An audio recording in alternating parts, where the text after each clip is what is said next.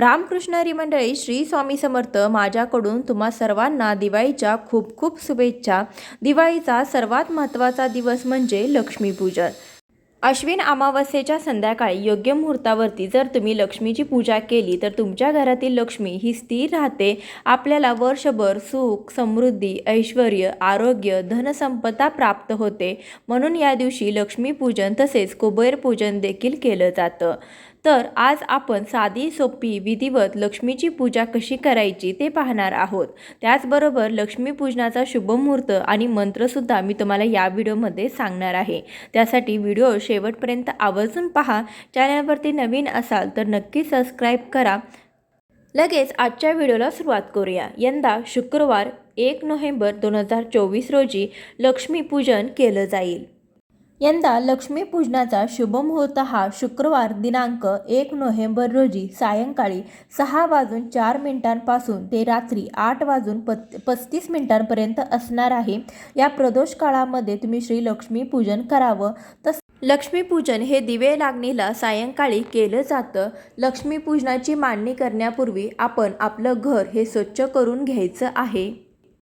लक्ष्मीपूजनाला सुरुवात करण्याआधी आपल्याला तुळशीजवळ दिवा लावायचा आहे. सर्वात आधी आपल्याला तुळशीची पूजा करून घ्यायची आहे.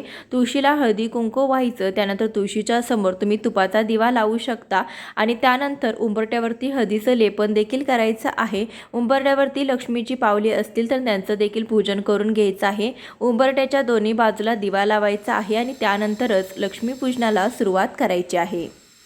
लक्ष्मीपूजनासाठी बरंचसं साहित्य लागत असतं. त्यासाठी अगोदर तासभर तुम्ही सर्व साहित्य गोळा करून मांडणी करून ठेवली तरी देखील चालेल. सर्व साहित्यांची जुळवाजुळव करायची, मांडणी करून घ्यायची आणि योग्य मुहूर्तावरती तुम्ही लक्ष्मीपूजन केलं तरी देखील चालेल. ज्या ठिकाणी पूजा मांडायची आहे तर त्या ठिकाणी आपल्याला तिथली जागा देखील स्वच्छ करून घ्यायची आहे. तिथे पाट किंवा चौरंग मांडायचा आहे. नवीन वस्त्र टाकायचं आहे. देवीला लाल रंग अतिशय प्रिय आहे, त्यामुळे तुम्ही लाल रंगाचं वस्त्र टाकायचं आहे. त्याचबरोबर आपल्याला जी काही सजावट करायची असेल तरी देखील आपण अगोदर करून घेऊ शकता. तर इथे मी दोन्ही बाजूला 2 समया ठेवलेले आहेत, कारण की लक्ष्मीपूजनामध्ये समईचा देखील एक मान असतो. त्यामुळे आपल्याला लक्ष्मीपूजनामध्ये समय लावायची आहे.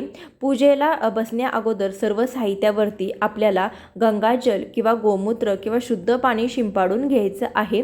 त्यानंतर लक्ष्मीपूजनाला सुरुवात करायची आहे. लक्ष्मीपूजनासाठी जे संपूर्ण साहित्य लागतं त्याचा वेगळा व्हिडिओ आपल्या चॅनलवरती लवकरच अपलोड होणार आहे. तर तो व्हिडिओ पाहून तुम्ही पूजेला लागणारं जे काही साहित्य आहे तर ते साहित्य तुम्ही गोळा करून घेऊ शकता. यानंतर सर्वात आधी आपल्याला समई प्रज्वलित करून घ्यायची आहे. मगच पूजेला सुरुवात करायची आहे. अक्षदांचं आसन ठेवायचं आहे. त्यावरती आपल्याला समई ठेवायची आहे. समई प्रज्वलित करायची. हळदी कुंकू अक्षदा व्हायच्या. त्यानंतर एक फूल व्हायचं आहे. त्यानंतर शुभं करोती कल्याणम आरोग्यम धनसंपदा शत्रुबुद्धी विनाशाय दीप ज्योती नमस्तुते. हा दिव्याची पूजा करताना हा साधा सोपा मंत्र तुम्ही म्हणू शकता. यानंतर नमस्कार करायचा आहे. त्यानंतर आपण सर्वात आधी आपल्या स्वतःला हळदी कुंकू लावून घ्यायचं आहे आणि त्यानंतरच आपण पूजेला सुरुवात करायची आहे. पूजेला सुरुवात करण्याआधी स्वतःला देखील हळदी कुंकू लावणं तेवढंच महत्त्वाचं आहे. पूजेला सुरुवात करण्यापूर्वी आपल्याला आचमन देखील करायचं आहे. त्यासाठी डाव्या हाताने आपल्याला पाणी उजव्या हातामध्ये घ्यायचं आहे. एक पळी पाणी घ्यायचं आहे, ते प्राशन करायचं आहे आणि म्हणायचं आहे ओम केशवाय नमः. त्यानंतर दुसऱ्या वेळेस पुन्हा पाणी घेऊन ते पाणी प्यायचं आहे. म्हणायचंय ओम नारायणाय नमः. तिसऱ्या वेळेस पण हे पाणी प्यायचं आहे आणि म्हणायचंय ओम माधवाय नमः. नंतर 2 वेळेस पाणी आपल्याला खाली तामणामध्ये सोडायचं आहे. ओम गोविंदाय नमः, ओम विष्णवे नमः. प्रथम कलश स्थापना आपल्याला करून घ्यायची आहे. तर त्यासाठी लक्ष्मीच्या उजव्या बाजूला आपल्याला कलश ठेवायचा आहे. तर इथे मी तांदळाने अष्टदल कमल काढून त्यावरती कलश स्थापन करणार आहे.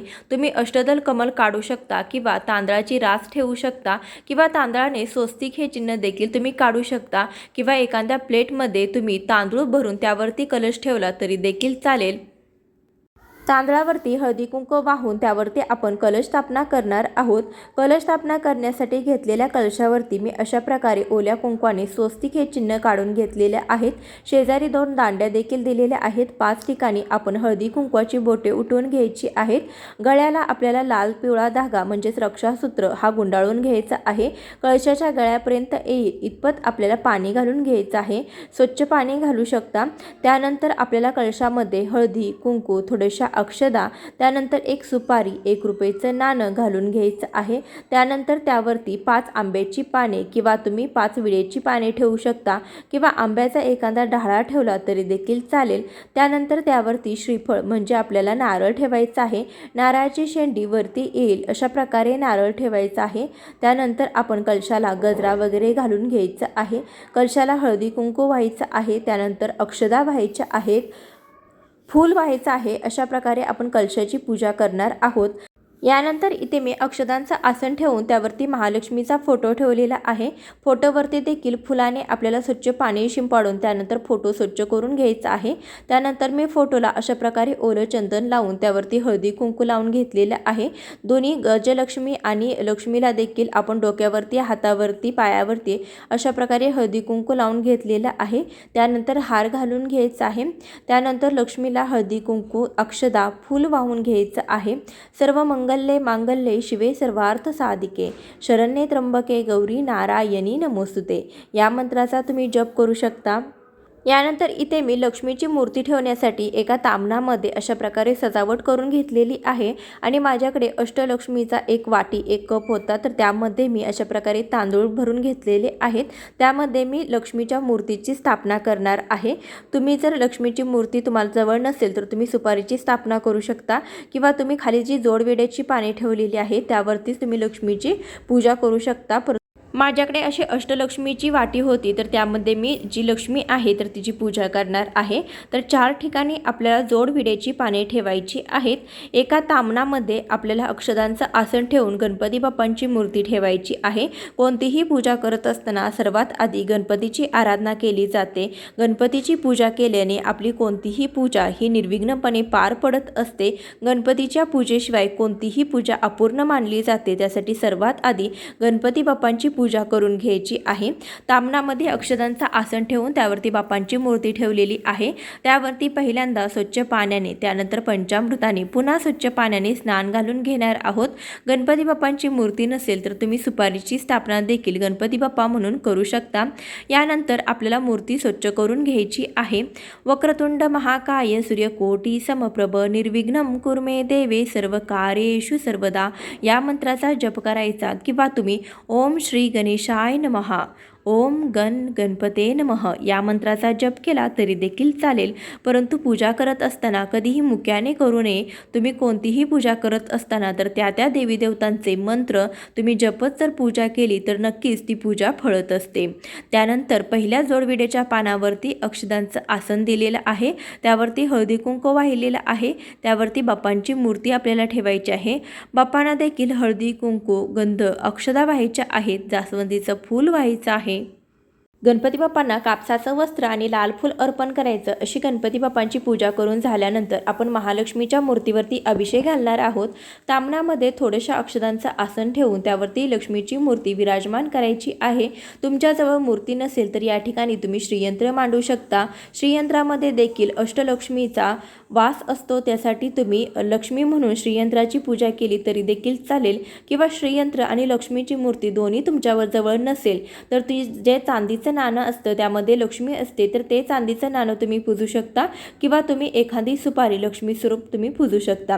लक्ष्मीच्या मूर्तीवरती पहिल्यांदा स्वच्छ पाण्याने, त्यानंतर पंचामृताने, त्यानंतर पुन्हा पाण्याने अभिषेक करून घ्यायचा आहे। त्यानंतर मूर्ती स्वच्छ करून घ्यायची, स्वच्छ कपड्याने व्यवस्थित पुसून घ्यायची आहे। त्यानंतर आपण माता लक्ष्मीची स्थापना करणार आहोत। अक्षदांच्या आसनावरती हळदी कुंकू व्हायचं आहे, त्यावरती लक्ष्मीची मूर्ती ठेवायची आहे। त्यानंतर लक्ष्मीला देखील हळदी कुंकू, अक्षदा फूल व्हायचं आहे। लक्ष्मीपूजन करत असताना आपण लक्ष्मी मातेचं ध्यान करायचं आहे किंवा तुम्ही गायत्री मंत्र म्हणू शकता। ओम महालक्ष्मीच विद्महे विष्णुपत्नीच धीमहि तन्नो लक्ष्मी प्रचोदयात।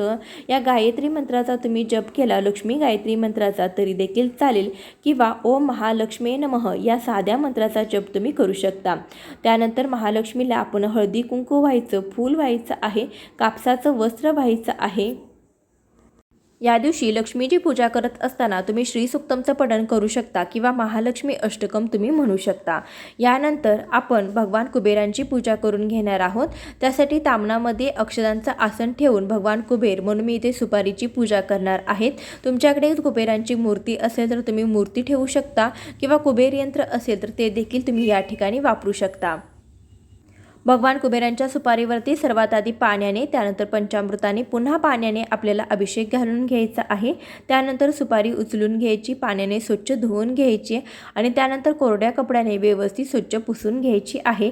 कुबेरांची पूजा करत असताना श्री कुबेराय नमः या मंत्राचा तुम्ही जप करू शकता। तर तिसऱ्या जोडविड्याच्या पाण्यावरती अक्षदांचं आसन ठेवून त्यावरती हळदी कुंकू वाहून त्यावरती कुबेर स्वरूप सुपारीची स्थापना करायची आहे।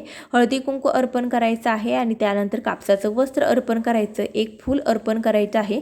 अशी आपण कुबेर देवताची पूजा करणार आहोत। दुसऱ्या विड्याच्या पानावरती लक्ष्मीची पूजा करणार आहे। तर लक्ष्मी वर ठेवल्यामुळे मी या ठिकाणी श्रीयंत्राची पूजा करणार आहे। तुमच्याजवळ मूर्ती असेल तर तुम्ही या ठिकाणी ठेवू शकता। तर यानंतर सर्व देवी देवतांची म्हणून आपण एका सुपारीची स्थापना करणार आहोत। तर त्यासाठी आपल्याला अक्षदाचं आसन ठेवून त्यावरती सुपारी स्थापित करायची आहे। त्यानंतर सुपारीवरती पहिल्यांदा स्वच्छ पाण्याने, त्यानंतर पंचामृताने, पुन्हा स्वच्छ पाण्याने आपल्याला स्नान घालून घ्यायचं आहे। सर्व देवदेवतांची जी सुपारीची पूजा आपण करणार आहोत तर त्यावेळी आपल्याला आपल्या कुलदेवतेचं स्मरण करायचं आहे किंवा तुम्ही ओम श्री कुलदेवताय नमः या मंत्राचा जप करू शकता किंवा तुम्ही तुमच्या कुलदेवतेचं नामस्मरण केलं तरी देखील चालेल।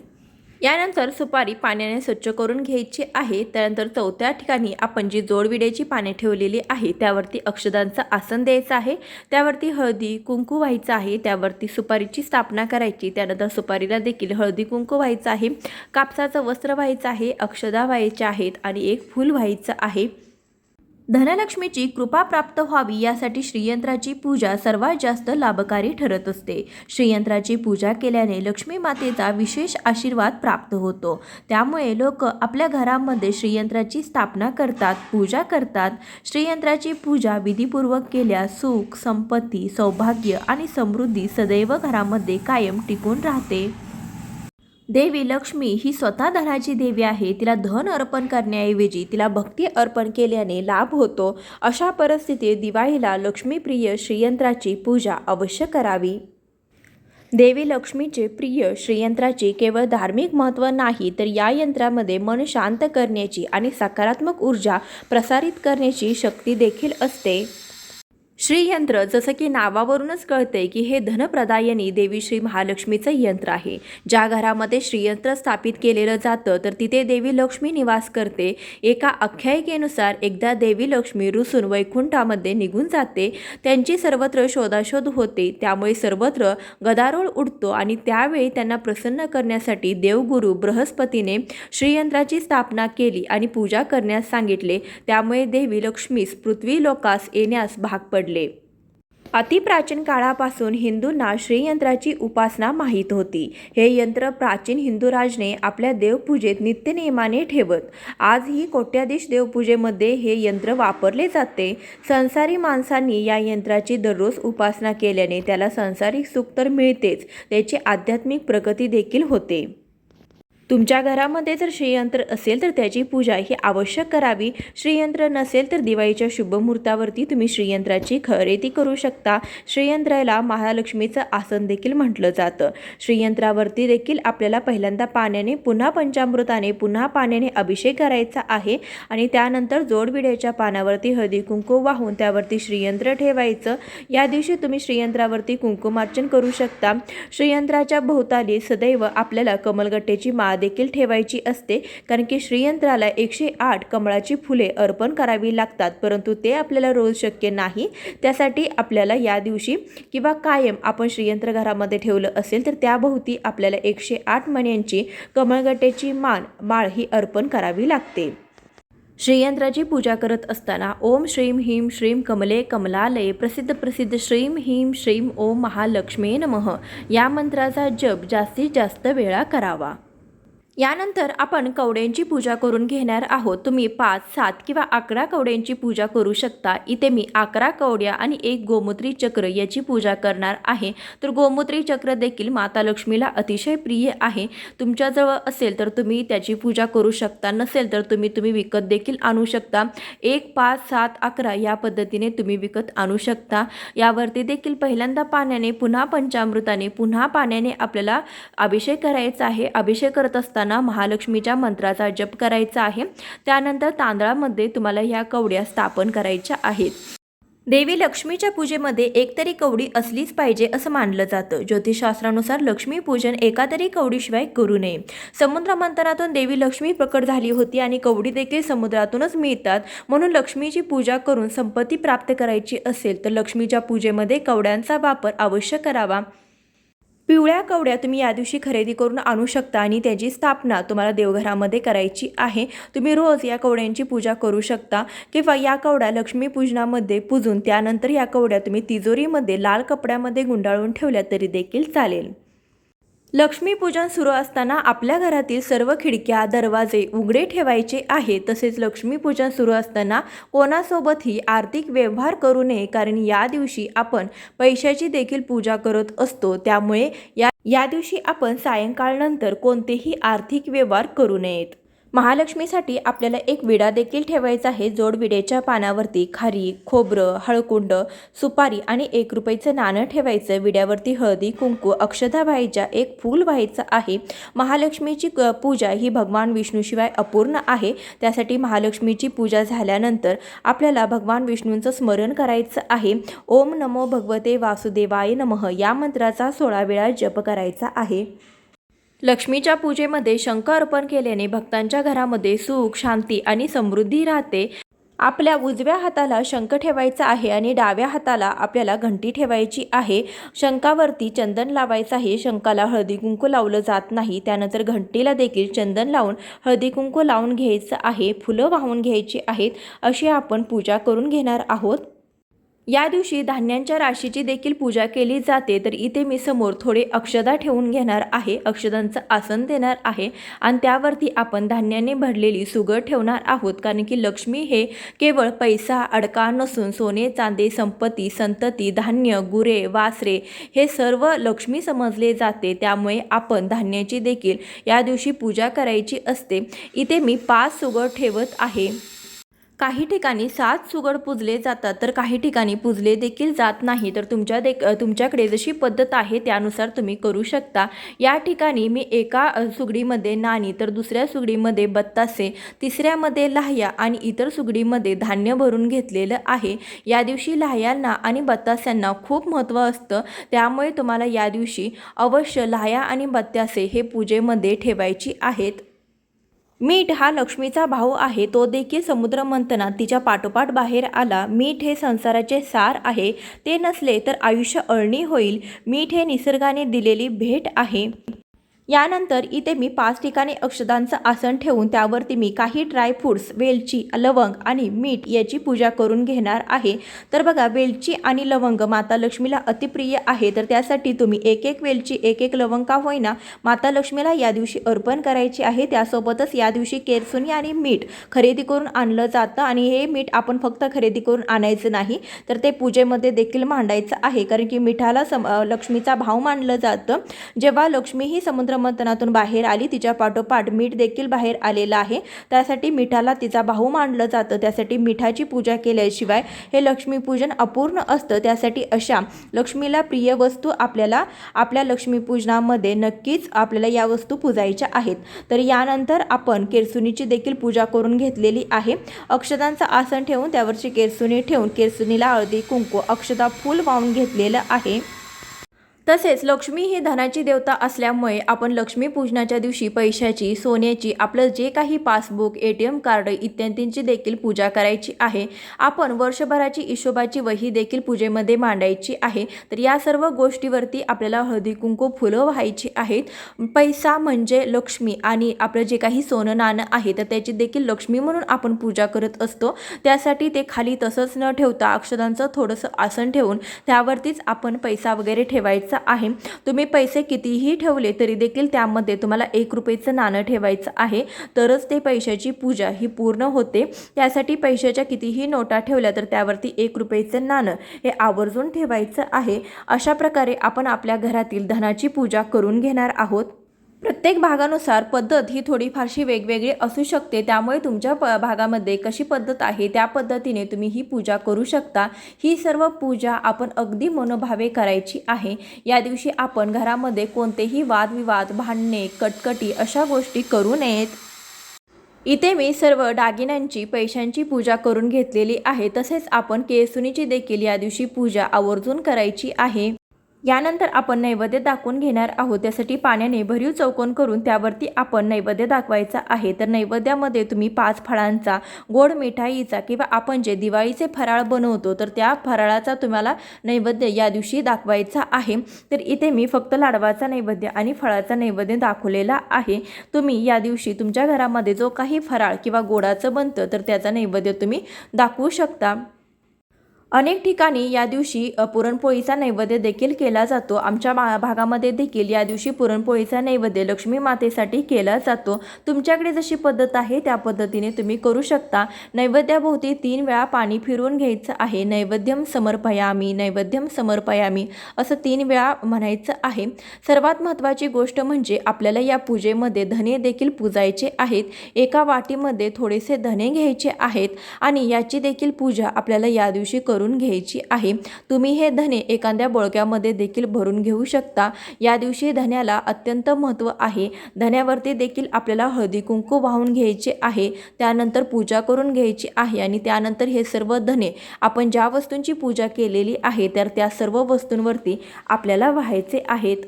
त्यानंतर या सर्व पूजेवरती आपल्याला लाह्या देखील व्हायच्या आहेत. या दिवशी लक्ष्मी मातेला लाह्या अर्पण केल्या जातात. तर यानंतर आपण जे काही मातीचे दिवे घेतलेले आहे तर ते सर्व मातीचे दिवे आपण प्रज्वलित करून घेणार आहोत. यानंतर सर्वात शेवटी धूप ओवाळून घ्यायचं आहे, आरती ओवाळून घ्यायची आहे. तर तुम्ही सर्वात शेवटी घंटी वाजवून आरती म्हणायची आहे. यामध्ये तुम्ही सर्वात आधी गणपतीची आरती म्हणायची आहे आणि त्यानंतर महालक्ष्मीची आरती तुम्ही म्हणायची आहे. घरातील सर्व मंडळींनी एकत्रित येऊन आरती करावी. घंटानाद करायचा आहे. हात जोडून देवीपुढे प्रार्थना करायची आहे. तुझी पूजा मी अगदी साध्या सोप्या पद्धतीने पण मनापासून केलेली आहे. तू तिचा स्वीकार कर आणि आम्हा सर्वांना निरोगी उदंड आयुष्य मिळू दे. तुझी कृपा आमच्या कुटुंबावरती नेहमी असू दे अशी देवीला प्रार्थना करायची आहे. पूजा झाल्यावरती तुम्हाला ज्या काही सेवा करायच्या असतील तर त्या तुम्ही सेवा महालक्ष्मीच्या करू शकता. महालक्ष्मी अष्टकम, श्री सुक्तम किंवा महालक्ष्मी मंत्राचा 108 वेळा तुम्ही जप करू शकता. सर्वात शेवटी क्षमा प्रार्थना करावी. आमच्याकडून काही चूकभूल झाली असेल तर आम्हाला मोठ्या मनाने माफ कर अशी प्रार्थना करावी. तर अशा प्रकारे लक्ष्मी पूजनाची पूजा इथे संपन्न झालेली आहे. तर तुम्ही सुद्धा येत्या दिवाळीला अशा पद्धतीने लक्ष्मी पूजन अवश्य करा. आपण अगदी सोप्या पद्धतीने मंत्र अभिषेक सहित पूजा केलेली आहे. तुम्हाला सुद्धा खूप छान प्रसन्न वाटलं असेल. तर कसा वाटला तुम्हाला माझा आजचा व्हिडिओ नक्की सांगा. जास्तीत जास्त लोकांपर्यंत शेअर करा आणि चॅनलवरती नवीन असाल तर सबस्क्राईब करायला विसरू नका. धन्यवाद.